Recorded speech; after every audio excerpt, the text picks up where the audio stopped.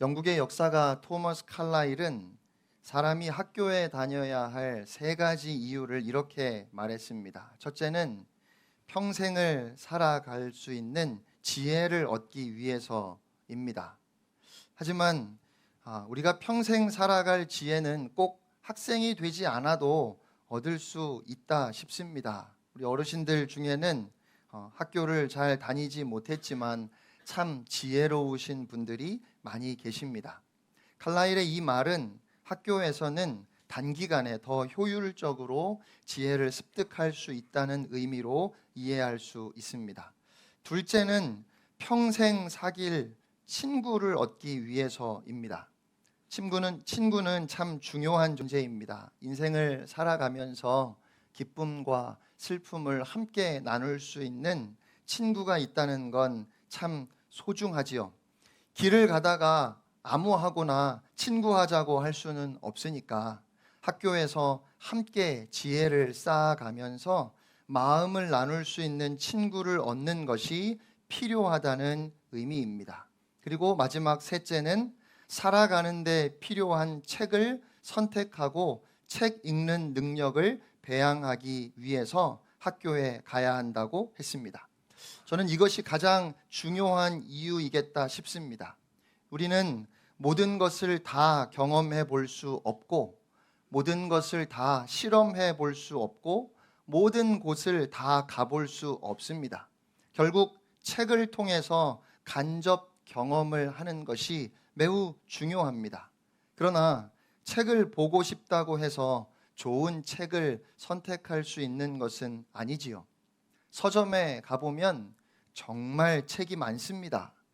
그 많은 책들 중에서 어떤 책이 정말 좋은 책일까요? 밤에 잠을 이루지 못하게 하는 재미있는 책들도 있습니다. 그런데 그 책을 다 읽고 덮으면 남는 게 하나도 없는 경우들도 많습니다. 내 시간만 죽이는 책들도 있고 아무 의미 없는 책들, 또 보면 볼수록 내 인생만 축내는 책들도 참 많습니다. 더 나아가서 내 인격이나 정서를 고갈시키고 황폐화하는 나쁜 책들도 있습니다. 그런데 학교에 다님으로써 좋은 책을 잘 선택할 수 있는 능력을 기를 수 있다는 겁니다. 물론 책을 선택하는 것으로 끝내서는 안 되겠지요. 선택해놓고 읽지 않으면 아무 소용이 없습니다. 책 읽는 습관 역시 학생 때 기르는 겁니다. 그래서 평생을 살아가면서 책을 통해 스스로의 삶의 질을 높여가는 겁니다. 이런 의미에서 안타깝게도 우리나라 학교 교육에 문제가 많다는 생각이 듭니다. 여러분이 다 아시는 것처럼 주중에 참 안타까운 일이 있어서 온 나라가 슬픔에 잠겨 있습니다. 우리 자녀들이 학교에서 과연 지혜를 배울 수 있습니까? 지식도 제대로 배우기 어려운 현실은 아닙니까? 학교에서 아이들이 친구를 사귈 시간이 과연 제대로 있는지 모르겠습니다. 또 참고서 외에 정말 좋은 책을 선택할 수 있는 능력을 학생들이 배우고 있는지도 모르겠습니다. 토마스 칼라일이 말한 대로 학생들이 학교에 가서 그런 교육을 받는다면 학교 교육은 사람을 사람답게 바로 세워주고 또 이 사회에서 맡겨진 몫을 잘 감당해 나갈 수 있도록 도와줄 겁니다. 그런데 이것을 교회에서 신앙 교육을 받아야 할 세 가지 이유로 바꾸어 볼 수 있습니다. 첫째, 하나님의 지혜를 얻기 위해서입니다. 학교에서 얻는 지혜는 인간의 지혜이기에 한계가 있지만 하나님의 지혜는 다함이 없는 영원한 지혜입니다. 둘째, 한평생 진리의 힘으로 밀어주고 끌어주는 신앙의 친구를 사귀기 위해서입니다.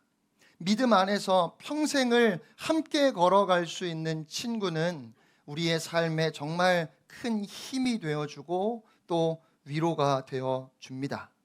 그리고 셋째, 하나님의 말씀인 성경을 신앙의 길잡이이며 인생의 교본으로 삼고 성경을 읽고 연구하는 습관을 생활화하기 위해서 교회 교육이 반드시 필요합니다.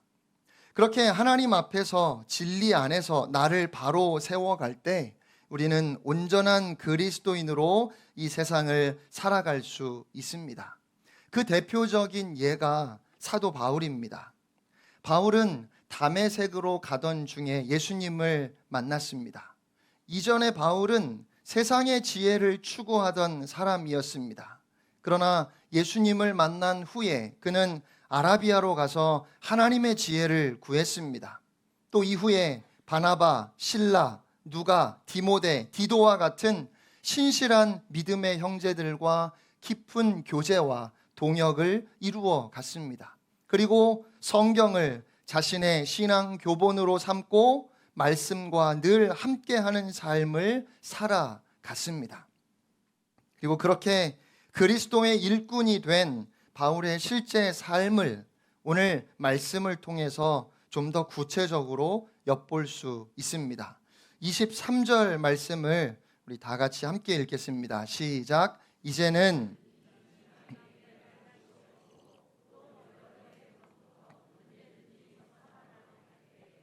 너를 바라고 있었으니. 아멘. 무엇보다 바울에게는 거룩한 소원이 있었습니다. 그는 서바나에 가고자 했습니다. 그런데 왜 서바나로 가고자 했을까요? 서바나는 오늘날 스페인으로 당시의 사람들이 땅끝이라고 생각했던 곳입니다. 결국 바울은 땅끝까지 이르러 그리스도의 증인이 되리라고 하신 예수님의 말씀을 이루고자 했던 것입니다. 바울은 예수님을 만나기 전에도 소원이 있었습니다.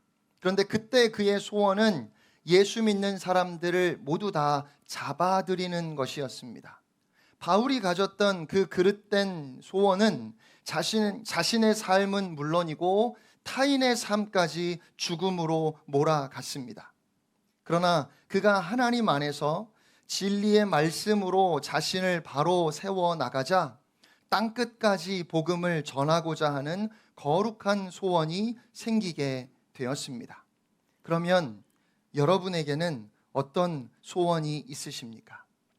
여러분의 소원은 무엇입니까? 흔히 젊은이들에게 꿈을 가지라고 말합니다. 그런데 잊지 말아야 할 것은 하나님 안에서 진리로 나를 바로 세우기 전까지는 내가 꾸는 꿈이 오히려 나를 망치는 야망이 되기 쉽다는 사실입니다. 우리가 먼저 하나님의 말씀 안에서 진리의 사람으로 바로 세워질 때만 거룩한 소원을 품을 수 있습니다. 그리고 그때 비로소 소원을 가지고 열심히 살아가는 우리의 삶이 이 세상을 더 아름답게 할 것입니다. 그리고 바울은 그의 거룩한 소원을 위해서 로마 교회 성도들에게 당당하게 도움을 요청하고 있습니다. 저는 오늘 이 부분을 여러분과 집중적으로 살펴보고 싶은데요. 24절 말씀 우리 함께 읽겠습니다. 시작. 이는 지나가는 길에 너희를 보고 먼저 너희와 사귐으로 얼마간 기쁨을 가진 후에 너희가 그리로 보내주기를 바람이라. 아멘. 그러니까 바울은 서바나로 가고자 하는 거룩한 소원을 품었는데 그렇게 서바나로 가는 길에 로마에 들러서 로마 교회 성도들과 교제하고 그들이 바울을 서바나로 보내주기를 바란다는 겁니다. 서바나로 가는데 필요한 것을 로마 교회가 지원해 주기를 바란다는 말이겠지요. 그러니까 바울은 지금 한 번도 본 적이 없는 로마 교회 성도들에게 자신의 선교 경비를 부담해 달라고 요구하고 있습니다. 그런데 여러분, 지금 바울이 굉장히 위험한 이야기를 하고 있다는 생각이 들지 않으십니까? 자칫하면 지금까지 그가 온 정열을 쏟아서 전하고자 했던 복음의 메시지가 한순간에 오해를 받을 수 있습니다. 예를 들면 이런 겁니다. 시골 마을에 갑자기 사람들이 찾아와서는 어르신들을 위한 잔치를 벌입니다. 어르신들이 좋아하실 공연도 하고 좋은 음식도 드리고 그렇게 마음이 완전히 풀어지게 한 후에 건강식품이나 안마기, 전기장판 같은 물건을 아주 싸게 드린다고 하면서 실제로는 비싸게 바가지를 씌워서 판매하는 겁니다. 그러니까 어르신들이 좋아하실 공연을 하고 음식을 대접한 이유가 무엇입니까? 어르신들을 찾아온 것부터 거기에는 순수하지 못한 동기가 있었던 겁니다. 결국은 그렇게 어른들에게 사기를 치려고 한 거지요. 우리 어른들이 절대로 속아 넘어가시면 안 됩니다. 글쎄요, 요즘도 있는지 모르겠습니다. 무료로, 가을이면 무료로 단풍 구경 시켜드린다고 경치 좋은 곳으로 모시고 가서는 가는 길에 잠깐, 아주 잠깐 좋은 곳에 들르겠다고 하면서 공장 같은 데로 모시고 가서는 마찬가지로 건강식품이나 어른들이 관심이 있으실 만한 물건을 설명하기 시작하는데 설명을 듣다 보면 안 사면 왠지 손해를 보는 것 같은 생각이 들도록 그렇게 교묘하게 이야기를 해서 결국은 바가지를 쓰게 만드는 경우가 있습니다. 그런데 여러분, 오늘 말씀이 그런 오해를 불러일으킬 수 있지 않겠습니까? 하나님의 은혜에 대해서 이야기하고 복음을 이야기하고 헌신을 이야기하더니 결국에는 자신이 서바나로 가는 것을 도와달라는 이야기를 하려고 한 것 아니냐고 그렇게 오해할 수 있지 않겠습니까? 로마 교회 성도들이 바울을 잘 알고 있었다면 그의 성품이나 그의 인격을 알고 있고 또 그가 어떻게 살아왔는지 그 삶을 알고 있고 그래서 그를 신뢰하고 있었다면 모르겠어요. 그런데 여러 번 말씀드린 것처럼 지금 로마서를 기록할 당시에 바울은 로마 교회를 방문한 적이 없어요. 로마 교회 성도들이 바울에 대해서 이야기를 들었을 가능성은 충분하다 싶지만 그것도 어떤 이야기를 어떻게 들었는지는 전혀 모르는 상황입니다. 그러니까 너무 위험한 이야기를 하고 있다는 생각이 들어요. 그런데 바울이 요구한 것은 절대로 바울 자신의 유익이나 욕망을 위한 것이 아니었습니다. 바울이 요구한 것은 하나님을 위한 것이었고 또한 사람들을 위한 것이었습니다. 그러니까 무엇을 요구하느냐가 중요한 것이 아니라 그렇게 요구하는 것의 내용이 중요하다는 말입니다. 어른들에게 물건을 파는 것 자체가 나쁜 것이 아니라 좋지도 않은 물건을 비싸게 파니까 나쁜 거지요. 진짜 좋은 물건을 정말 싸게 판다면 문제가 없지 않겠습니까? 그러니까 바울이 도움을 요청하는 것 자체가 문제가 있는 것이 아니고 중요한 것은 무엇을 위해서 도움을 요청하고 있는가 하는 겁니다. 바울은 거룩한 소원을 위하여 로마 교회 성도들에게 도움을 요청하고 있습니다. 그런데 로마 교회 성도들이 바울이 서바나에 갈 수 있도록 돕는다면 그것은 서바나 사람들에게 복음이 전해질 것이기에 그들을 위한 것이면서 궁극적으로는 로마 교회 성도들을 위한 것이기도 합니다. 왜냐하면 로마 교인들이 낸 헌금으로 복음을 알지 못하는 사람들에게 복음이 전해진다면 그렇게 로마 교회 성도들이 하나님의 거룩하신 뜻을 이루는데 복음 전파의 쓰임을 받는다면 그건 분명히 로마 교회를 향한 하나님의 축복이기 때문에 그렇습니다. 그래서 바울은 당당하게 내가 서바나로 가고자 하는데 너희가 나를 서바나로 보내줄 수 있으면 좋겠다.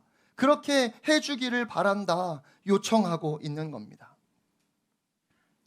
전에 어떤 목사님이 저에게 목사님은 헌금에 관한 설교를 1년에 몇 번이나 하느냐고 물었습니다.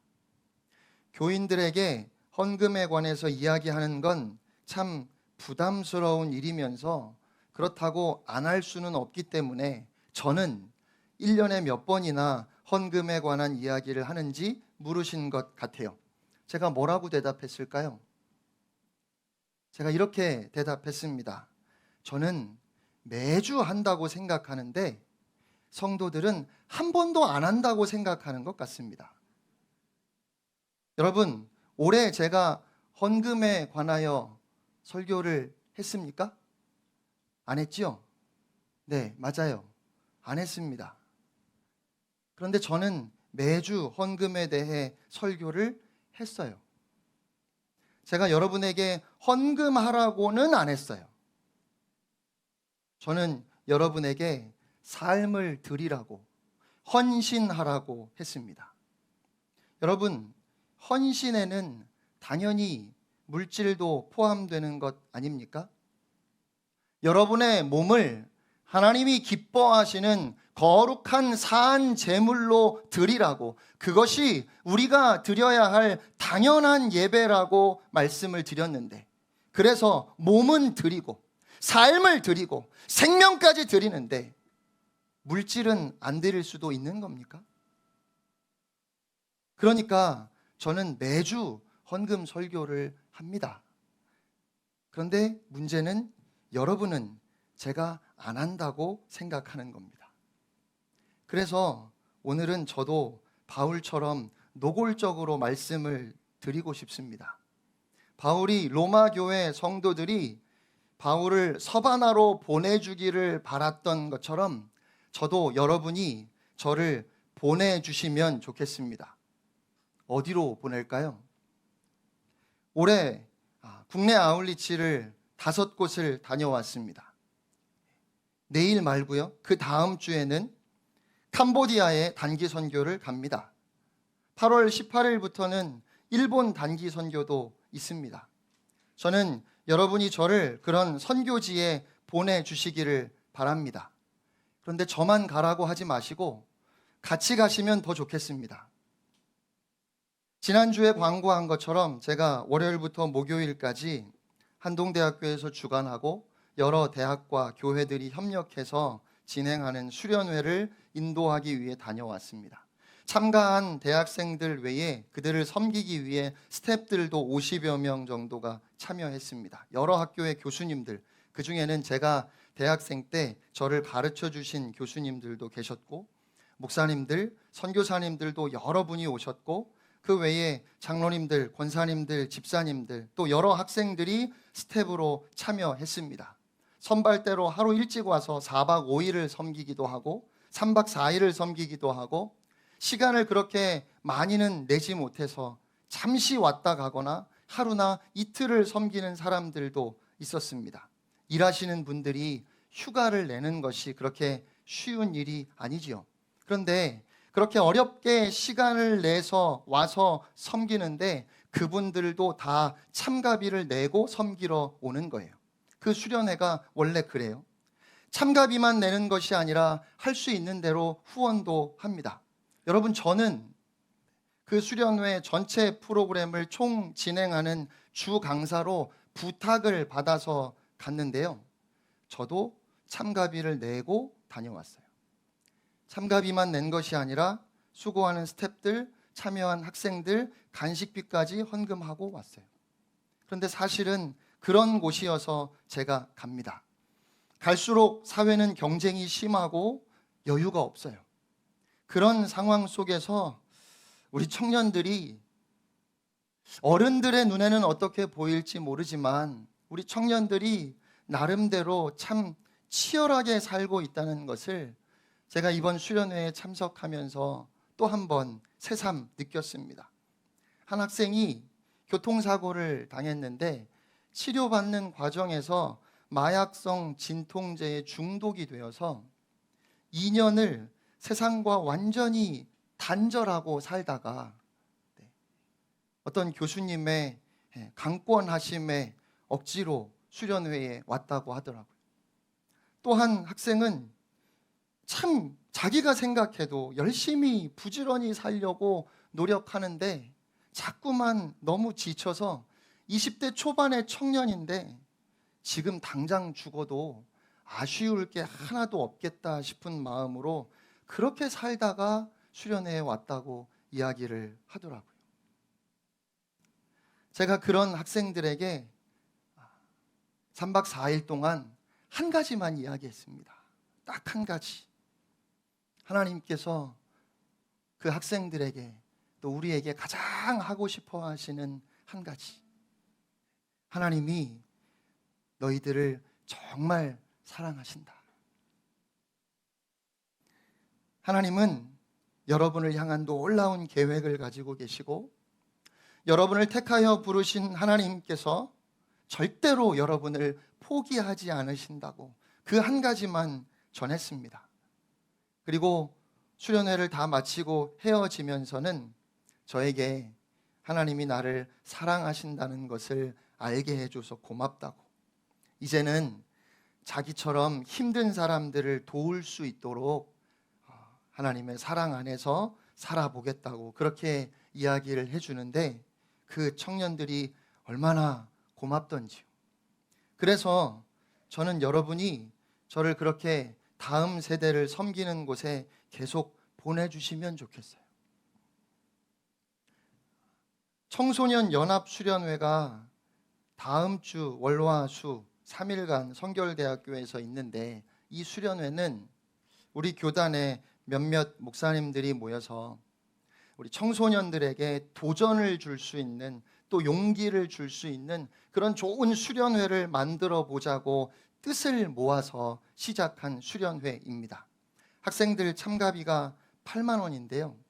실제 들어가는 비용은 식비만 5만 원이 넘어요.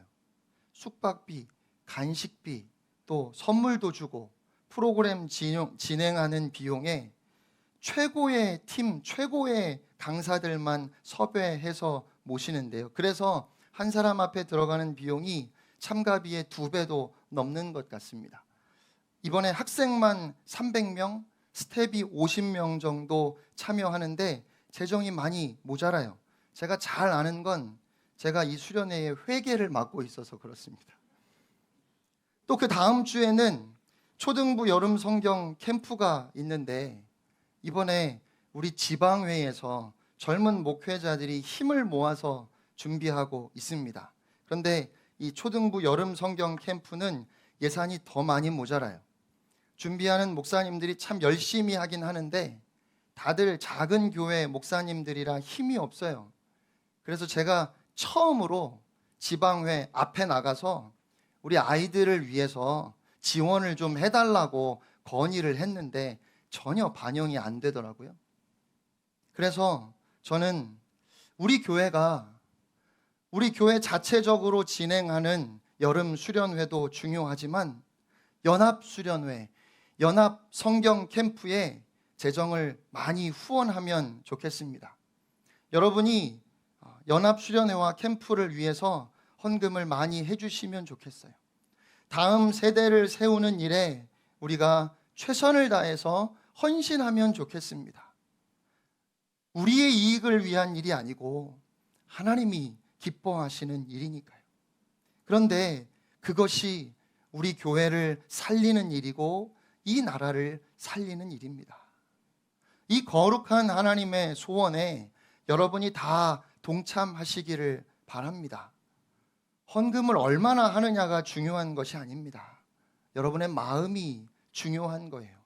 저는 우리 교회가 다 같이 한 마음으로 이 하나님의 거룩한 소원에 동참할 수 있기를 바랍니다. 우리 성결교회 신학의 토대를 제공한 존 웨슬레 목사님의 설교 중에 이런 말이 있습니다. Gain all you can, save all you can, and give all you can. 벌 수 있는 만큼 열심히 버십시오. 저축할 수 있는 만큼 저축하십시오. 그리고 줄 수 있는 만큼 주십시오. 성실한 삶의 자세, 책임감 있는 삶을 강조하면서 또한 동시에 다른 사람들에게 나누고 베푸는 삶을 살라는 말이겠지요. 실제로 웨슬레 목사님이 그렇게 사셨습니다. 웨슬레 목사님은 얼마의 수입이 생기든지 상관없이 자기가 쓸 것을 결정하고 거기에 맞추어서 살도록 스스로를 훈련시키셨습니다. 웨슬레 목사님이 유명해지기 시작하면서 여러 곳에서 강사로 초청을 받았습니다. 그래서 목사님의 수입이 1년에 1,400파운드까지 되기도 했답니다. 당시에 1,400파운드가 오늘 얼마인지 계산하기가 쉽지 않지만 이 이야기를 소개한 책을 보면 우리 돈으로 5억에서 6억 정도 된다고 합니다. 그런데 웨슬레 목사님은 혼자 사시면서 36파운드면 충분히 살 수 있다고 계산을 하셨어요. 그래서 36파운드를 제외한 나머지는 얼마의 수입이 생기든지 다 내주셨습니다. 우리도 나의 욕심을 위해서가 아니라 거룩한 소원을 품고 그 거룩한 소원을 위해서 주님이 기뻐하시는 일을 위해서 우리의 시간도 우리의 재능도 우리의 물질도 드릴 수 있기를 바랍니다. 그렇게 진정한 증인의 삶을 살아갈 수 있기를 바랍니다. 마지막으로 바울에게는 모든 장애물이 도약을 위한 발판이 되었습니다. 22절 말씀 함께 읽겠습니다. 시작. 그러므로 또한 내가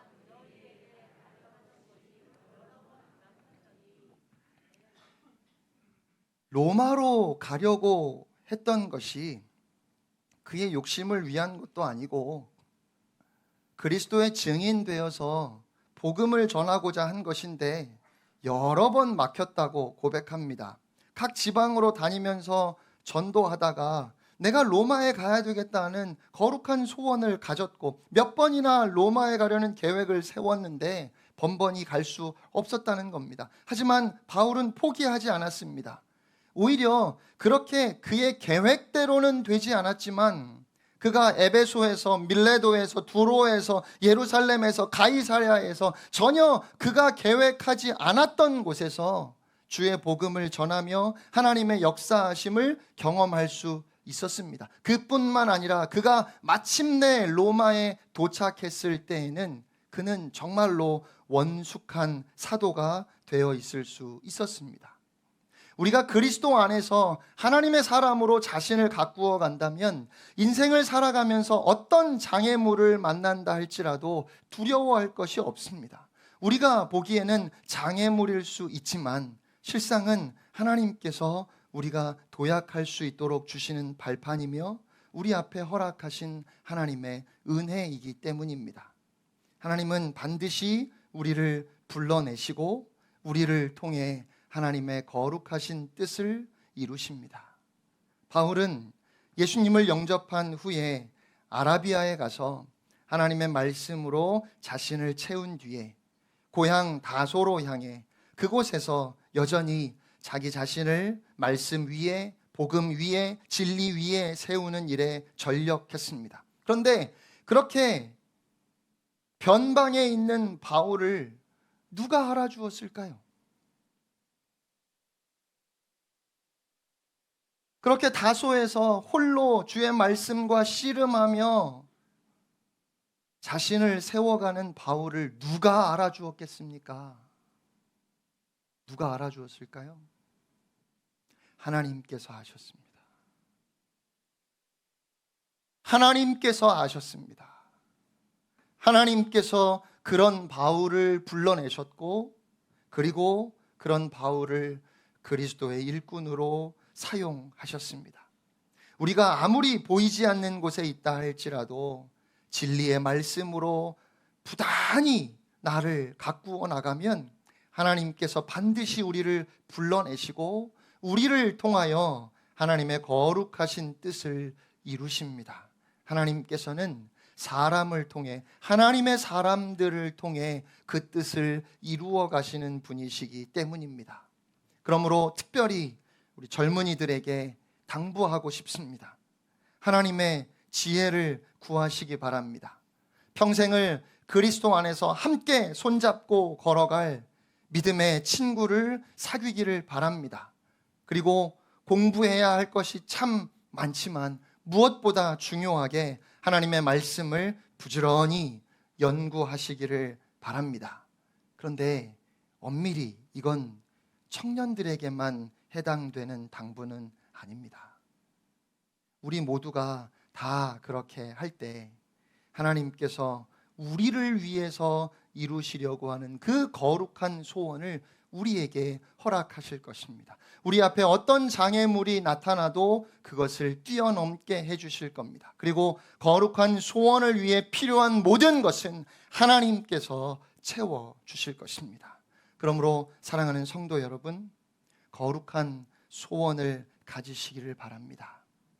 하나님의 소원에 여러분의 마음을 함께 하실 수 있기를 축복합니다.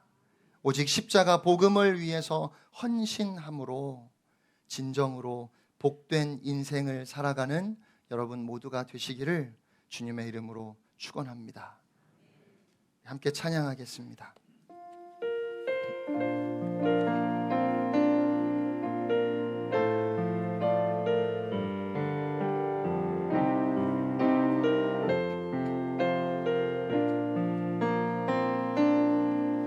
우리에겐 소원이 하나인데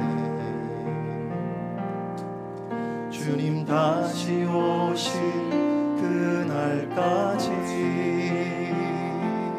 우리 가슴에 새긴 주의 십자가 사랑 나의 교회를 사랑케 주의 교회를 향한 우리 마음 희생과 포기와 가난과 고난 하물며 죽음조차 우릴 막을 수 없네. 우리 교회는 이 땅에 임한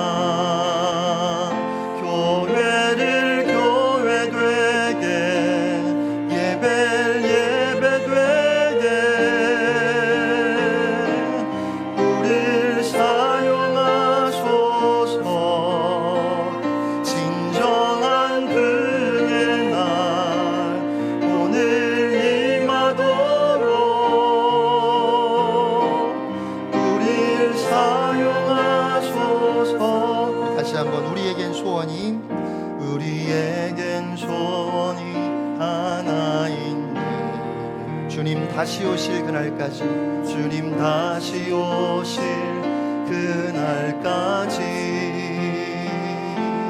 우리 가슴에 새긴 주의 십자가 사랑 나의 교회를 사랑케 주의 교회를 향한 우리 마음 희생과 포기와 가난과 고난 하물며 죽음조차 우릴 막을 수 없네. 우리 교회는 이 땅에 임한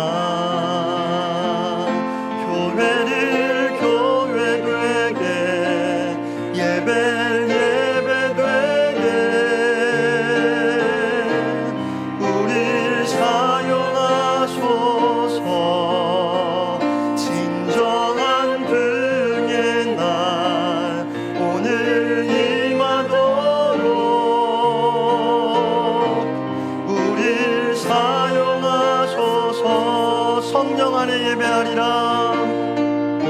성령 안에 예배하리라.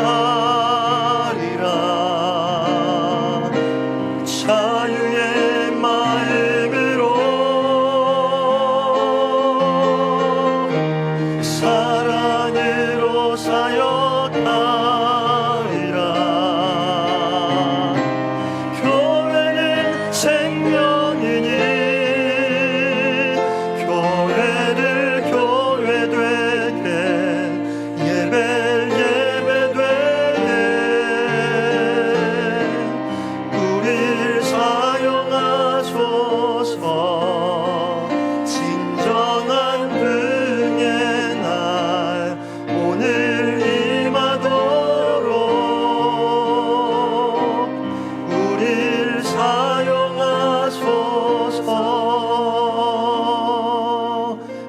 말씀을 생각하며 이 시간 함께